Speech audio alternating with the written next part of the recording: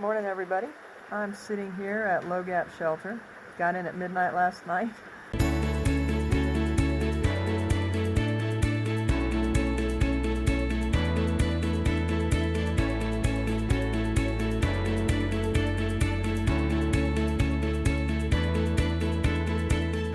Night hiking through trails of rivers and sloshing in it. They were actually good trails. If a person's going to have to night hike in the rain, in the mud, it was perfect. There were no real rock climbing up or down. There was some up and a little bit of down. Nothing steep on the downs though, and the up was pretty tiring. And then my belt on my pack came loose, slipped out, and it was raining so hard. There just really wasn't any place to put it down and fix it. So the last 2 hours I hiked carrying all the weight on my shoulders, which, as you've heard, is about the worst thing I can do. So I'm pretty tired and sore. Got to the shelter, and I'll tell you about it on the way out tomorrow. I'll show you rather than just tell you about it. But it's a mess here as far as I'm going to show you the tree that's down in front, and lots of trees down, and the trail had to route around it and stuff. So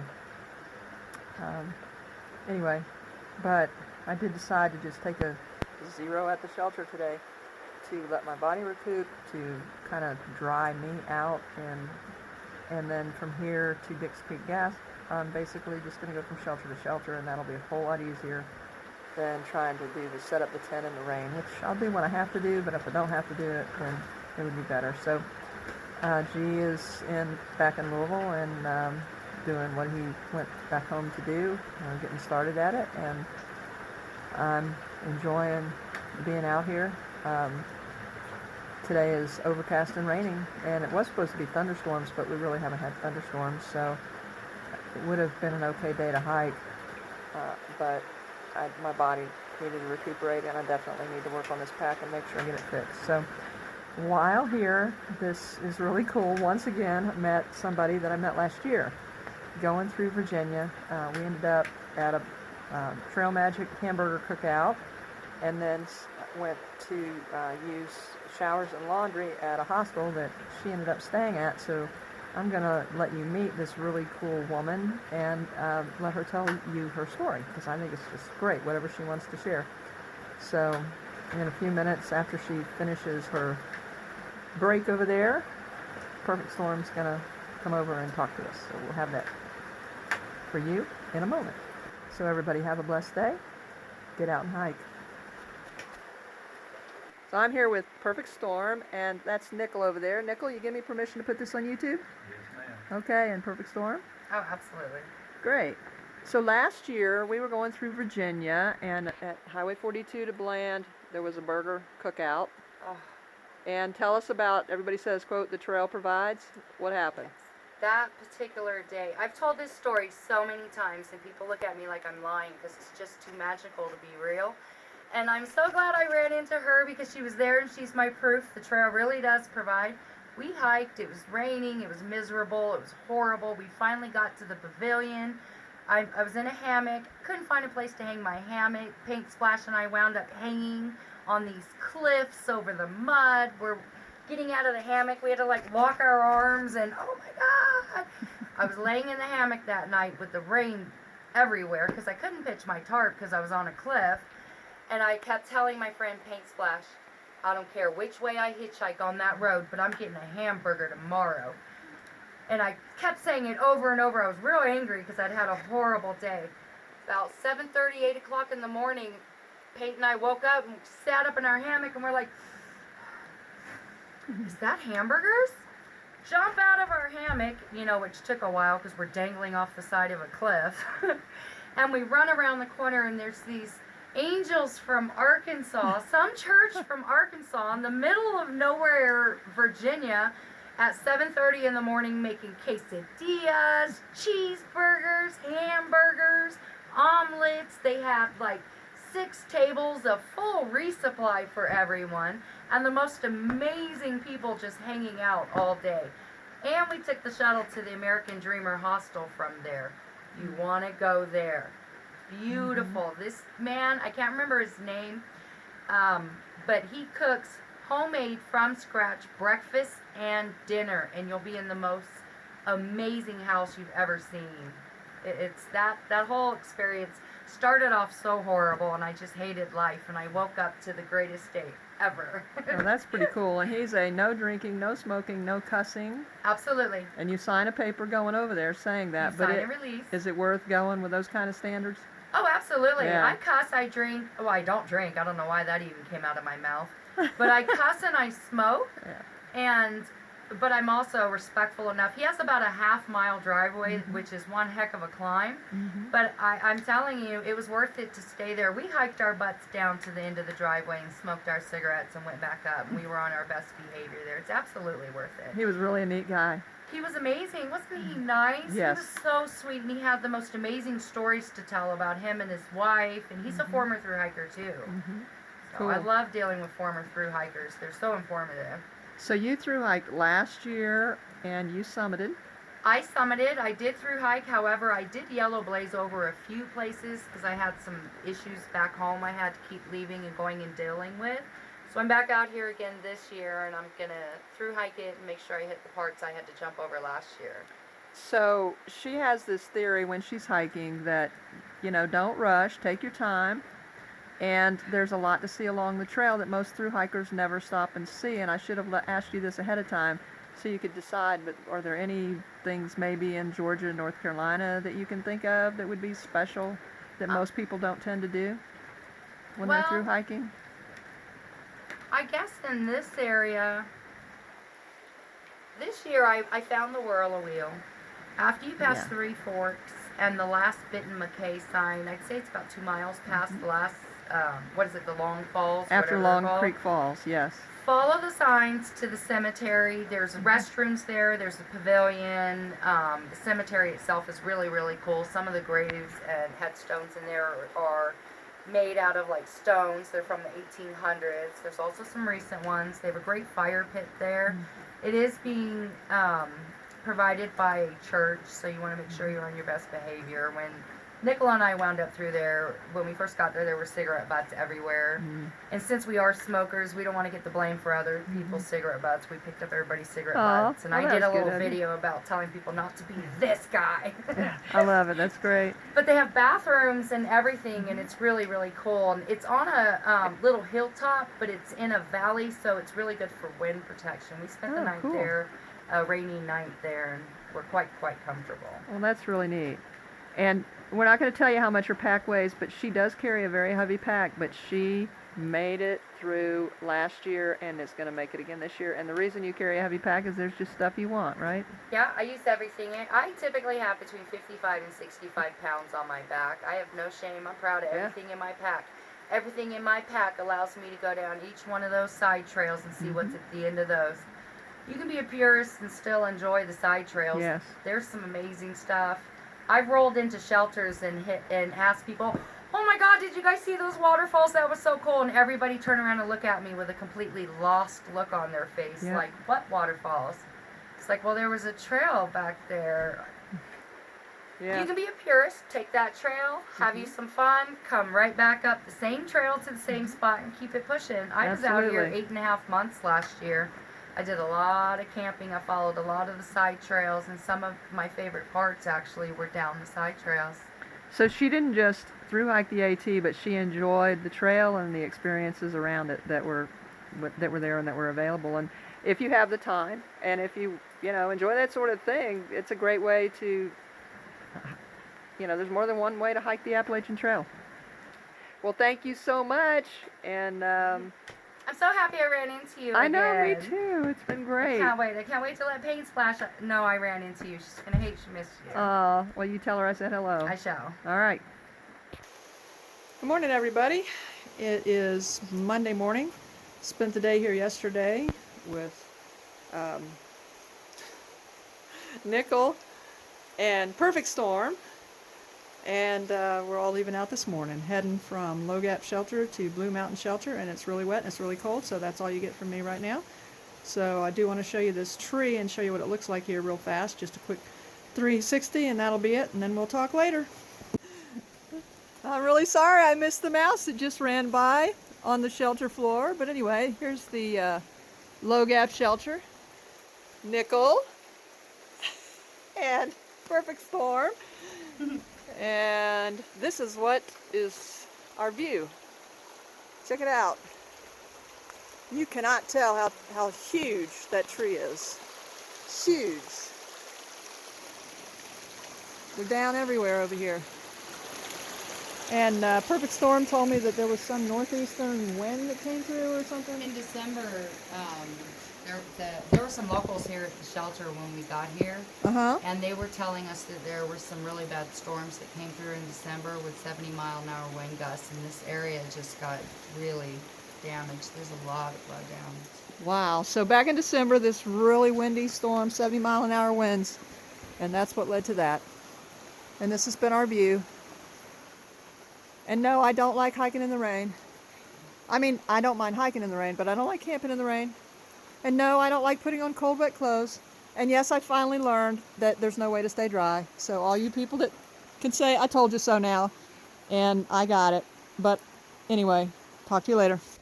All right, we're off and running, headed out from Logat Shelter. Still took me a long time to get ready, but not quite as bad as the other day. So hopefully in time I'll get faster.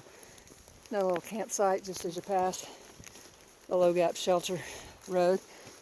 They had to reroute the little trail down to the shelter because of all the blowdowns of the trees. Anyway, looks like we've got, it's like a ridge walk, and we will be going uphill. 5, 6, 7, 800 feet altogether maybe when you count it all up. But it's not real steep, not near as bad as it was, so hopefully I can make a little better time. And this is what you get to see. And for the sake of my battery, I'm basically going to turn my phone off to save the battery, because the battery pack, I probably only got one charge left in it, so I want to conserve as much as I can. So, if anything shows up different than this, looks like it's worth you seeing, then I'll turn it back on. I was walking along and thought I was coming up on a waterfall. And then I realized it's just water runoff from all the rain. Had a lot of rain. Last time this year, or last year this time, they were still in the drought. Just kind of coming to the end of it.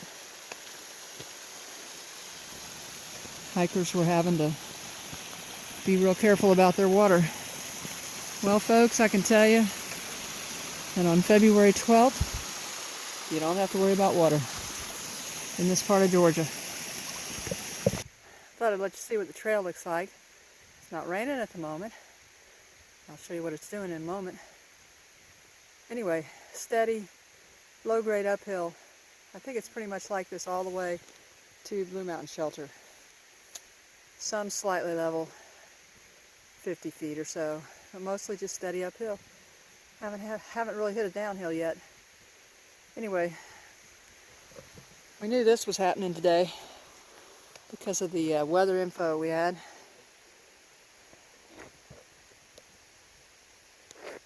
Where is it? Can you see it? Behind the nope, there it is. Don't let it fool you, because coming up behind it within the next 2 hours, it's supposed to be another heavy downpour, so I won't make it to the shelter by then. But at least I know the shelter's ahead if I can just keep going. So for the moment, it's an absolutely beautiful day. A little break from the fog and the rain and the wet and the damp. And I mean, I'm still soaked. My clothes never dried, but I feel fine, other than hoping my legs will build muscle soon. It's really great, loving it. That's what you get to see when you hike in the winter, when it's not totally 100% overcast.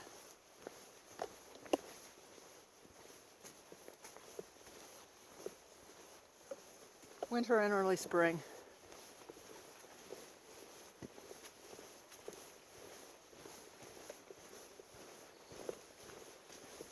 So y'all see now how slow I am.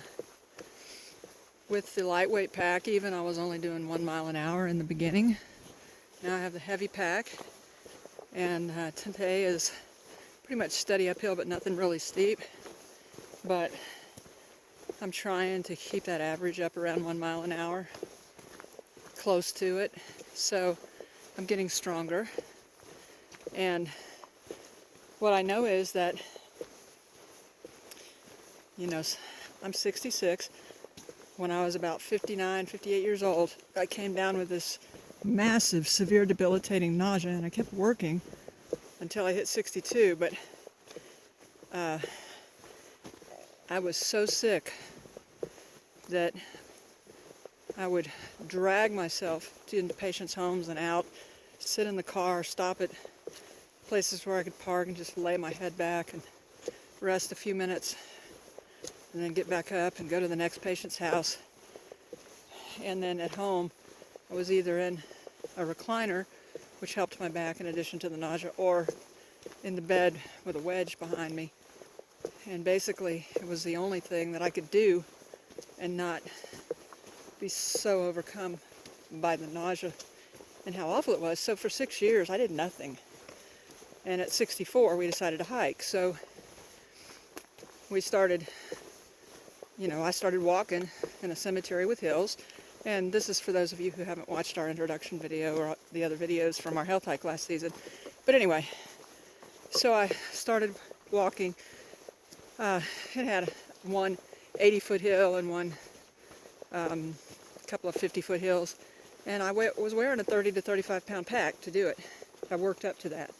And I would walk 6, 7, 8 miles with it. So that was before we went to Springer Mountain.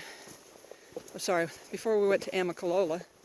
And Amicalola, I did the stairs without the pack, and then met him at the top of the falls, met G, and we made it in about at 1 mile to that first campsite in the next 6 hours, which was his challenge. But anyway, that night was our first night ever camping. That day was our first day ever hiking, other than just the walks that we did at the cemetery to get in shape. So that was October, a year and 4 months ago. And then, so as we were hiking and health hiking, then I got stronger, and when he needed to rest, I started hiking on my own. And usually, if I was on my own, we would do sections that I could do in a day. I did 12 miles in a day, 113 mile, I think that's the longest distance I did. This was in Virginia. And that would have been with a lighter weight pack. I was always prepared to stay overnight in case something happened. Not a tent, but clothing and stuff to keep me warm and dry. And, our ponchos can make a tarp, so could have gotten covered and stayed warm and dry if something happened where I had to stay overnight, if I was injured or something. So that ended in June, then we went back home. We had decided that we were going to do this, that he was going to continue short out and back health hikes, which he isn't able to do yet just because of what he went through cardiology-wise. But he will, when he comes back, he'll start walking. Anyway, so I started training right then and there. And what I did, I can tell you that what I've done for the last this is the 6th actual hiking day out of 11 days. We started February 2nd. So,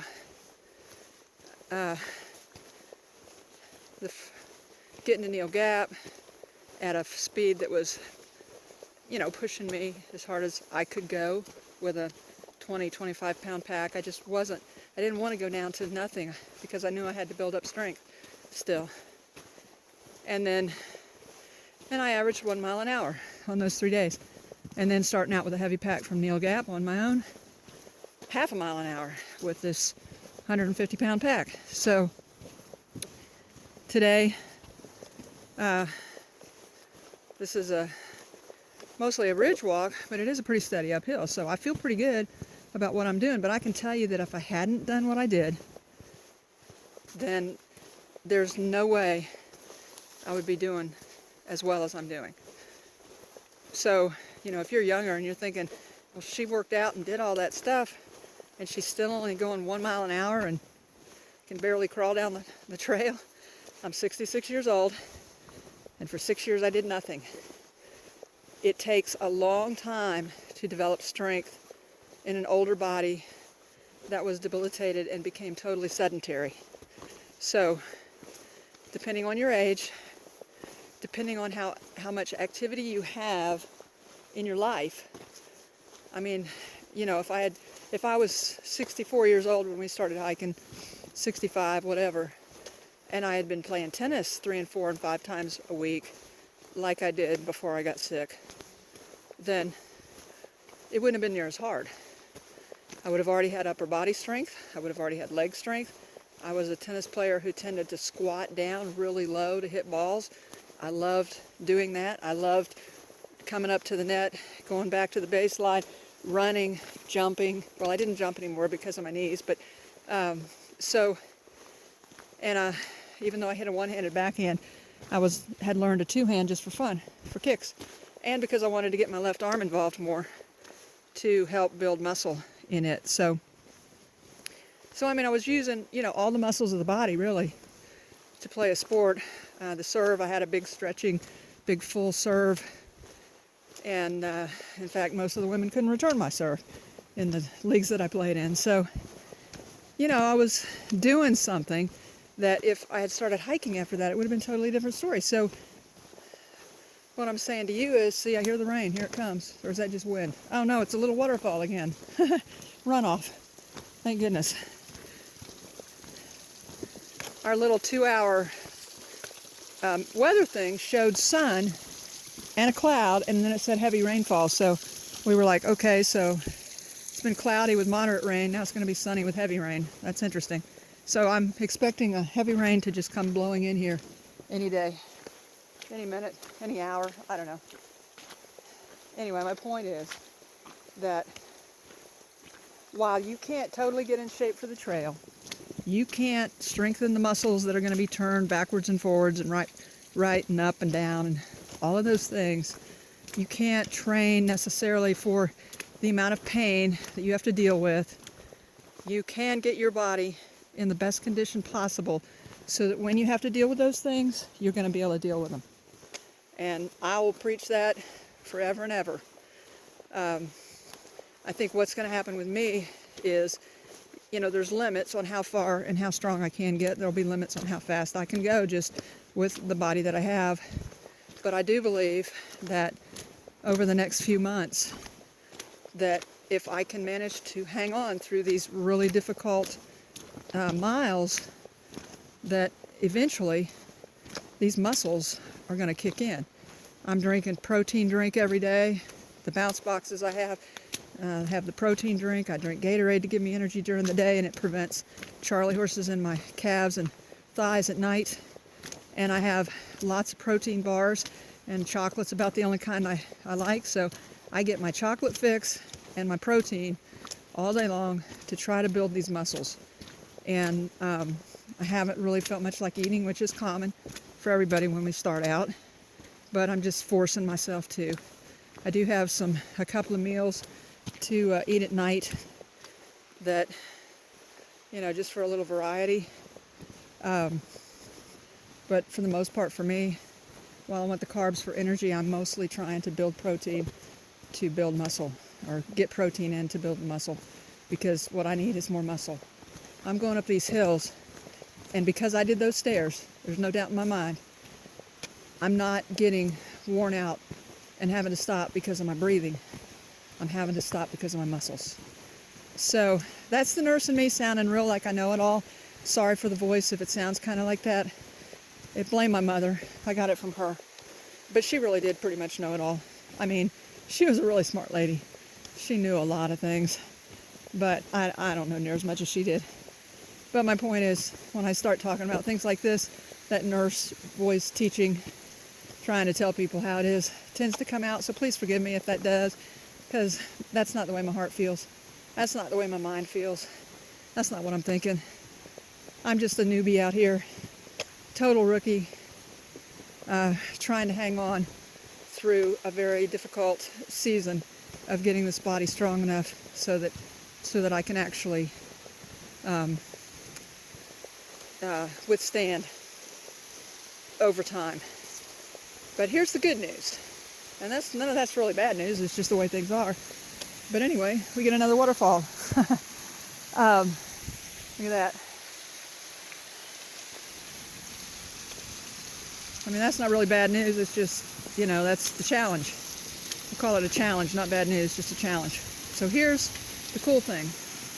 My feet, which have been a problem the entire time we've hiked, starting in October of 2016, all the way through June, on the training hikes in Louisville, on that not so high, not so steep elevation trail, and continuing to just try different things, finally found the mix that is preventing the calluses on the outer part of my large toes and the metatarsal behind it, where I tend to get, I mean, it goes beyond blisters, it goes to deep bruising, callus, burning, painful, awful. And I haven't had to tape at all. I had one episode at the end of my toe on one of the days. It was probably coming down from Blood Mountain.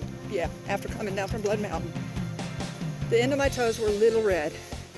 So the mix I ended up with, which is weird, but the mix I ended up with was the AndG socks. At first I was wearing the heavier ones because I thought, well, it's winter, I should wear the heavier ones.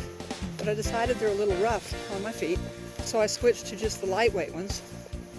They do come up, you know, about 6 inches over the ankle, but they're the summer ones.